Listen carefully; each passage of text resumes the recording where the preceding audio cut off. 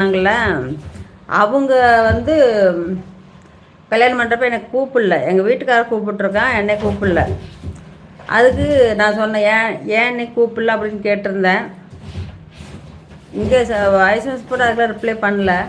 அப்புறம் அங்கே போனதுக்கப்புறம் கேட்டதுக்கு எங்கள் நடிச்சினமா உனக்கு நொட்டுவாங்க இப்படி சொல்லுது. அது கொஞ்சம் இதாக இருக்கும். ரொம்ப சின்ன சின்னம்மா அப்படி இருக்க மாட்டாங்க. நீங்கள் வந்து ஃப்ரூட்ஸ் கொடுத்தீங்களா, அவங்க அப்படி இருக்க மாட்டாங்க. நான் சின்ன வயசுலேருந்து இப்போ வரைக்கும் சித்தப்பா வீட்டில் மட்டும்தான் இருப்பேன். 2 வீடு பக்கம் பக்கம்தான்.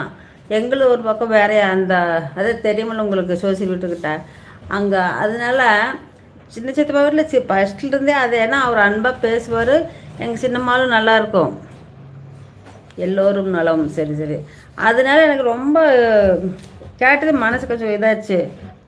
அப்புறம் நான் சொன்னேன், ஊர் சுற்று முண்டா அது இதுன்னு திட்டுச்சு. உடனே அந்த வார்த்தை சொன்னதே எனக்கு ரொம்ப சருன்னு வந்துச்சு கோபம். நான் ஒன்றும் பேசலை, அவங்கள எதுவுமே பேசலை. பேசாமல் என் பாட்டில் கிளம்பிட்டேன் நான் டக்குன்னு. இந்த இங்கேருந்து